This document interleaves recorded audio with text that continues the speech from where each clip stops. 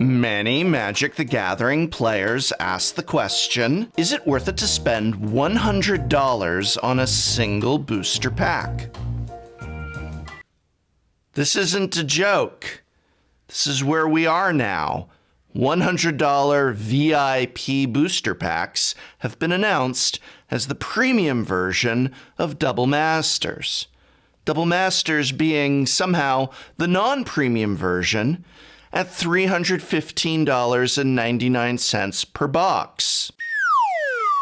So for the price of a Double Masters box, you can have 3 VIP boosters.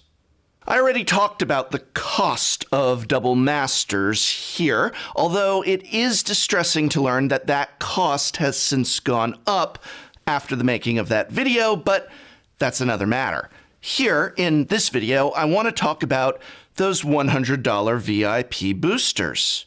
What's the matter? Don't you guys have money? All right, sorry.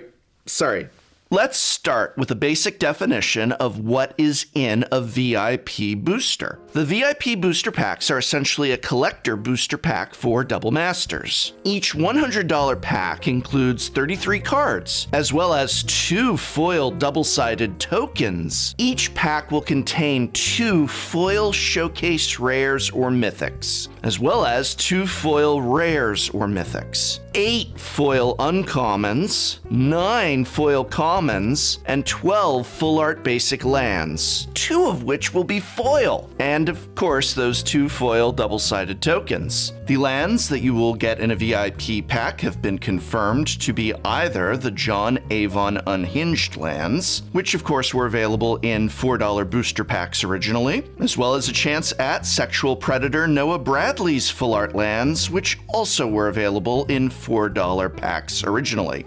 So out of the 33 cards within the $100 VIP booster pack, 4 of them are rares and mythics, and the other 29 are, well, the majority of them are lands and commons, as well as those 8 foil uncommons. Let's start by discussing the positives. The biggest positive I see here is that no one is forcing you to buy this. In this land of ours, you may spend your hard-earned cash, or for some of us, the hard-earned cash of our parents, in any way that we wish. There is currently no law that says you have to spend $100 on a booster pack that has 4 rares in it.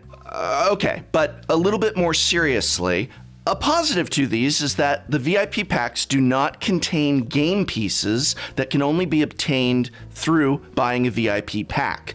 Every card contained within the VIP pack can be obtained in Double Masters, and that right there is a positive. For example, if the fetch lands, which are so noticeably absent from Double Masters, if those essential game pieces were kept out of the lower priced product and put in the expensive premium product, that would be outrageous. And thankfully, Wizards of the Coast recognizes that the same game pieces should be obtainable within both the premium and non-premium packs. So you are not paying more to have access to cards needed to play the game. You are paying more for fancy art and foil cards. And also, let's be fair here. There's 4 rares and mythics in these booster packs. A booster pack usually has 1 rare or mythic. So while it is technically 1 booster pack, it does have 4 times the rares or mythics that, say, an Ultimate Masters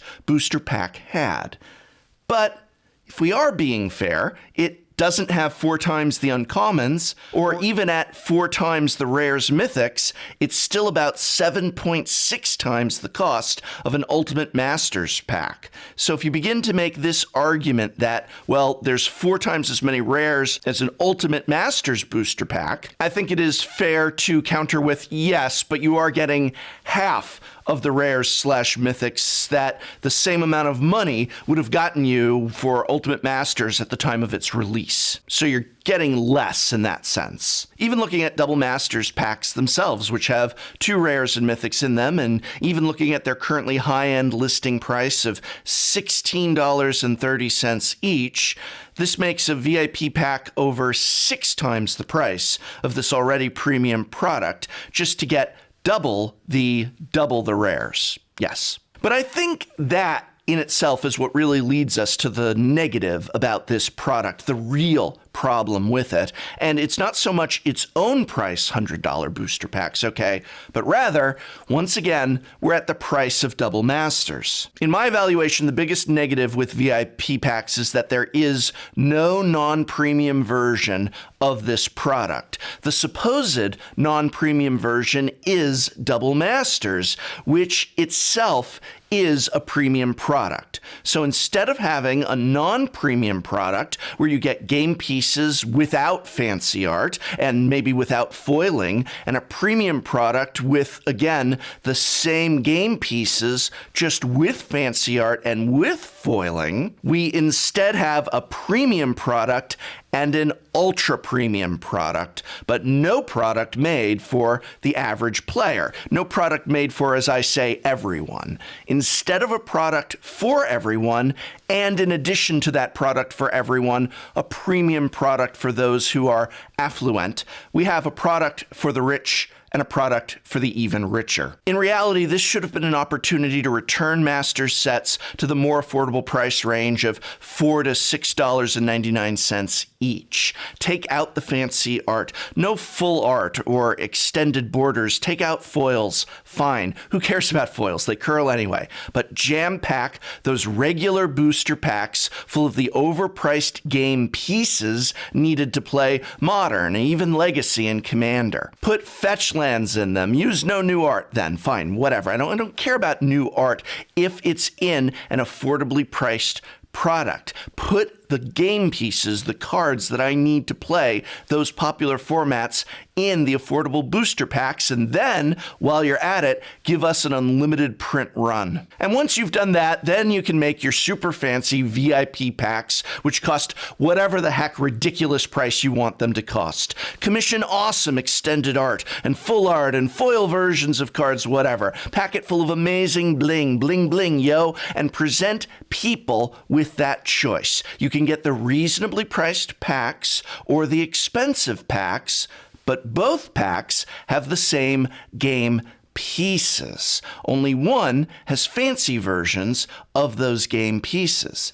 That's how you do it. And there's other aspects to this as well. For example, full art lands have not been established as being some privilege of the ultra wealthy. These have been put in $4 boosters as recently as 2 sets ago. So to say, well, one of the reasons the booster packs are $100 each is that it's jam-packed full of non-foil full art lands. You know, the lands we put one of in every $4 draft booster just a few months ago and have established as a precedent prior to that as something that we do, well, that feels kind of hollow to me. And again, certainly exploitative. Folks, back during Battle for Zendikar, fat packs / bundles, whatever you want to call them, came with these full art land packs. So that was a product that was $30 to $40, in addition to having 9 booster packs in it and all the other goodies that a fat pack has. There was this land pack stuffed full. Look at the size of this. I don't have the number memorized right now.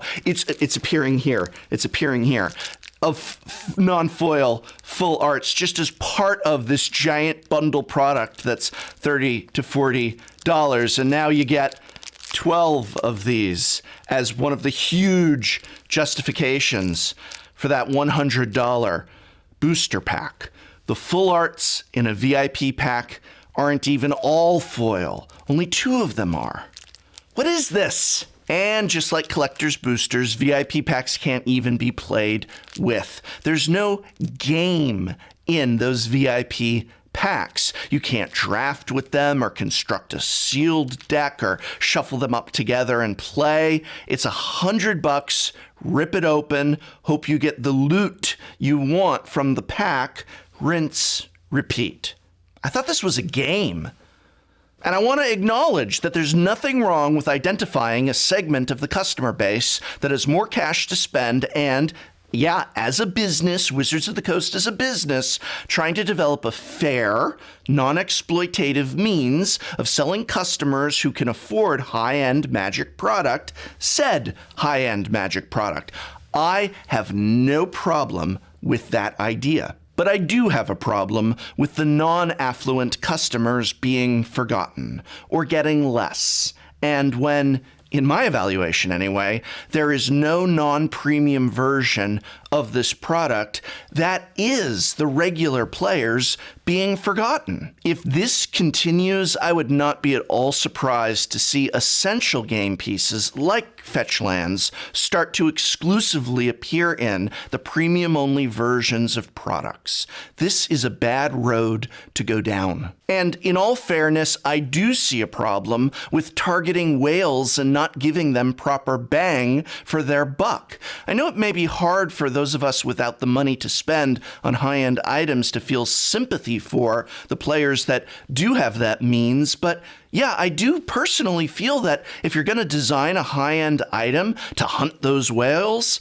then you should at least not rip them off in the process. So in my evaluation, that kind of is what VIP packs are, a ripoff. It's $100 for a single booster pack that mostly contains lands and commons. It costs anywhere between 6 to 7 times that of Ultimate Masters or Double Masters packs, and it's not so much giving whales stuff that they can't get elsewhere, but taking elements like those full art lands of what was already available elsewhere in $4 draft boosters and just offering that, a fraction of that, in exchange for so much cash. Is it worth it to buy a VIP booster?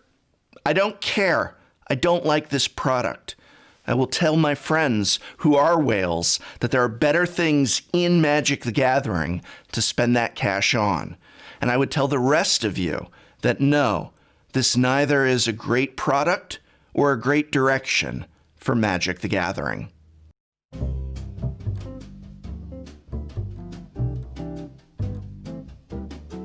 Characters are connected. Like if I pick a commander, I will go on the Wikipedia and be like, okay, what is that character's history? How does it fit in with this whole storyline?